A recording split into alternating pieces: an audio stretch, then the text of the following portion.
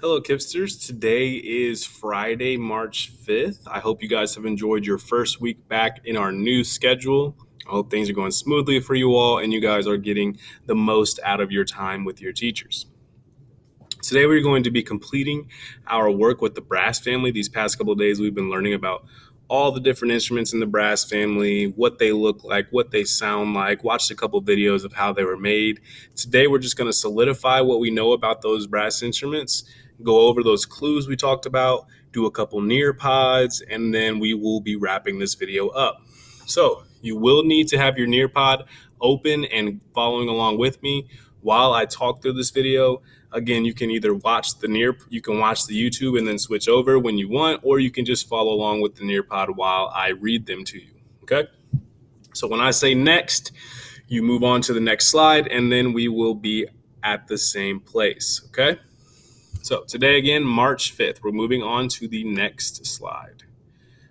Okay. So let's check what we have for our clues. Remember yesterday we learned the 5 clues to identify, which means to be able to find out what it is, to look at it and say, oh, this is that. 5 clues to identify a brass instrument. Okay, so clue number 1 was mouthpiece. All right, if whatever instrument you're looking at has a rounded mouthpiece, it is most likely a brass instrument. Okay, not always true, but most likely true. If your instrument number 2, clue number 2, has coiled tubing, it's most likely a brass instrument. Now, I will say this is more of a definitive clue for brass because not many other instruments, if at all, any of them have more than one coiled tube besides brass instruments. Okay, so really be looking for that coiled tubing when you're looking for brass instruments. Flared bell is another one. Although some woodwind instruments have flared bells, all brass instruments have a flared bell. So if you see a flared bell, it is most likely a brass instrument.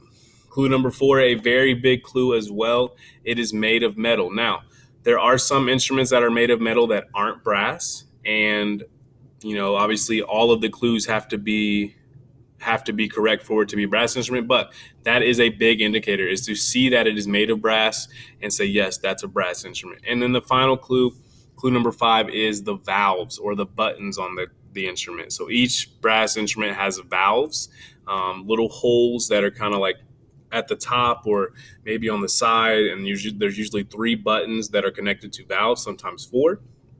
And those are the 5 clues we will be looking for when we are identifying our brass instruments. So we're going to go ahead and click next. And we're going to click next twice because for some reason this slide won't load. Okay. So moving on to the draw it Nearpod. Okay. You should be on this draw it Nearpod. And the instructions up top say circle the mouthpiece on the instrument below.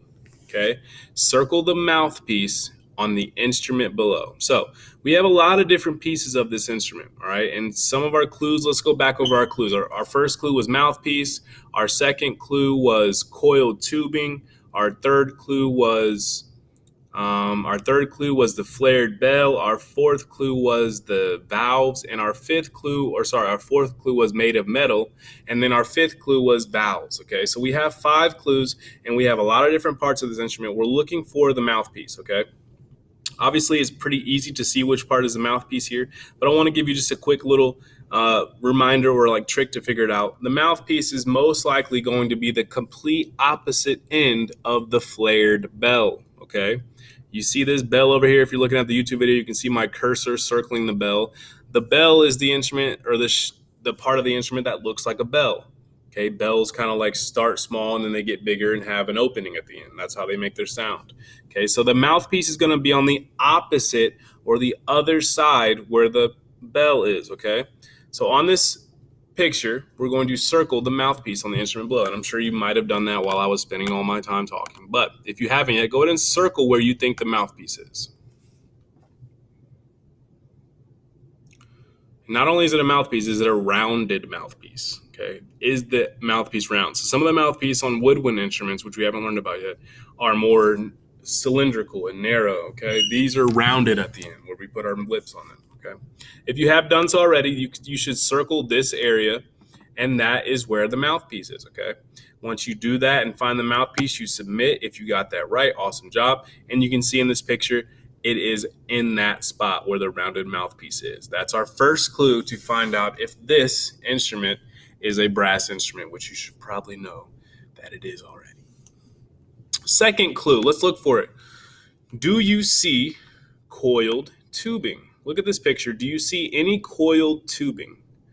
All right. Do you see any intricate turns in the tubing? Any rotations, corners that look like they are bent and twisted to form a shape? Do you see coiled tubing? If you see the coiled tubing, go ahead and circle it now. Take your time. If you still need to think about it, go ahead and take your time, but it should be pretty easy for you. Our coiled tubing is going to be right here on this particular instrument. This is our coiled tubing. So this is all tubing, right? All this is one tube, right? But this right here is a little bit intricate. It's more bent, it's more tubes. So this is what you would call coiled, okay? If there was a wire and it was a coiled wire, it would be like twisted and turned and it wouldn't look very good, okay? So this is what you would call coiled tubing. All of this is tubing, but coiled tubing is the big indicator of a brass instrument. All right.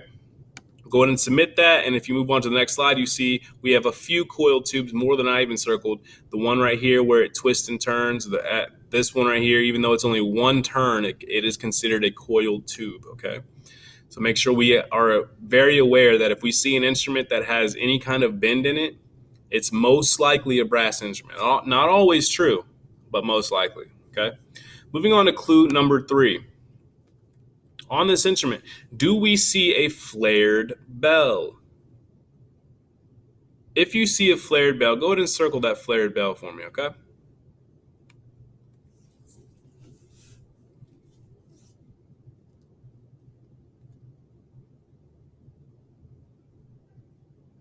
If you see a flared bell, go ahead and circle it. I'm going to go right here, and this is where I would circle my flared bell, okay? Pretty easy to see here. If you look at the bell, it is a bell shape. If you even put a little, like, if you can go like this and then put a handle on it, like I'm going to draw a handle on it. It looks like a handbell now. And you can put a little bell thing in here, and it looks like a bell. This is a bell, okay? So that is where the sound comes out of all instruments. And if it is going to be a brass instrument, it's going to have a flared bell. Okay, so always know that if you see an instrument that has a flared bell, especially at the end, especially one that's gold, it's probably a brass instrument. Okay.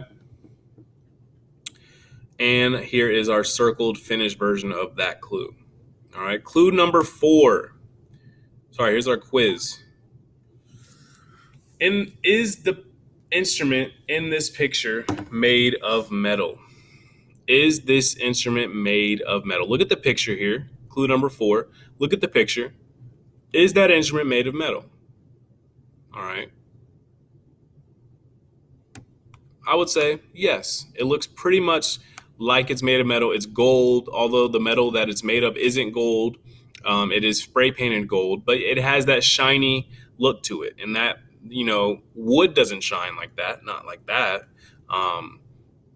So especially if you just so happen to see it shine or glimmer in the sun or the light that's on, it's a metal, right? And if you were to hold this instrument, it would feel like metal as well. So we're going to say yes. Is the instrument in the picture made of metal? Absolutely correct. 100%. All right.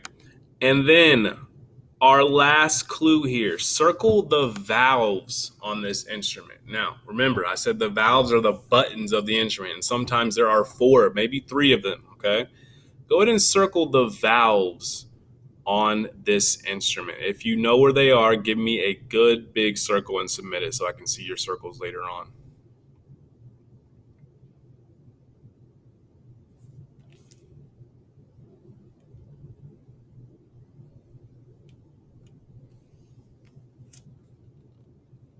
Good. And if you are following along and you have been listening to all these lessons and understanding and listening to Mr. Isaac, you would easily know that these 3 buttons right here are the valves, and that is how we make different sounds on the trumpet or the cornet or the tuba.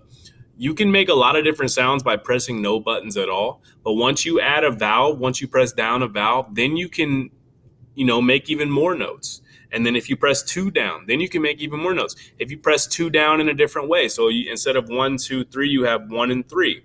You can make different sounds with that, and 1 and 2, or 2 and 3, or 1 or 3. There's so many different combinations to play those valves, and that is how the trumpet or the cornet or the tuba has that ability to play lower and higher notes, because you can access many different notes by pressing different buttons at different times, or you can make different notes by not pressing any buttons. Okay, so it automatically gives you 4 different ways to play a note, and then when you move your mouth a little bit, sorry, more than 4 different ways, but when you move your mouth a little bit, that's how you start making different sounds. So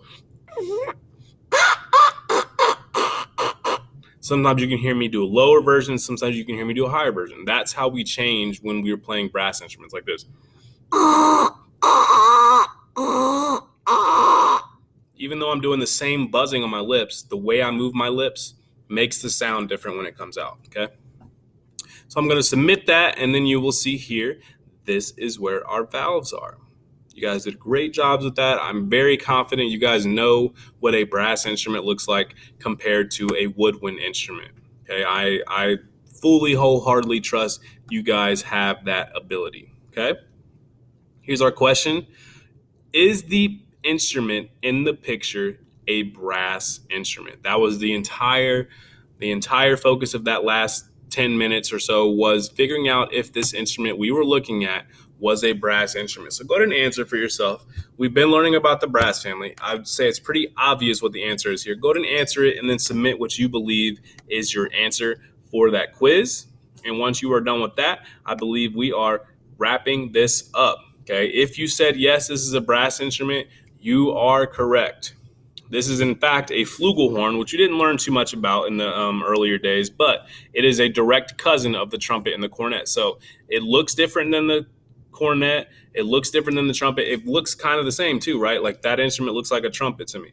But there are maybe one less coil in it, or a little bit longer than the other. That makes the sound different enough to make a different instrument. So although these instruments can look very similar and very much alike, they are all different in their very unique way. And this happens to be a flugelhorn, a cousin of the trumpet again, and the cornet. Okay, nice job, you guys. It was a great video. Hopefully you guys enjoyed the brass family Nearpod. Next week, we're going to be working on woodwind instruments, which is my personal favorite family of instruments. It's also the family of instruments that I play my instrument in, which some of you may know is the clarinet. That's the instrument that I went to college to play. So I'm looking forward to teaching you guys a little bit more about woodwinds. Hopefully you enjoyed this brass family Nearpod. It's been so great to see some of you in person, and I hope to see more of you as the weeks go on. But as always, Mr. Isaac has 3 things for you. You are kind, you are smart, you are important. So I look forward to the day we all can make music together in class again. And until then, have an awesome day.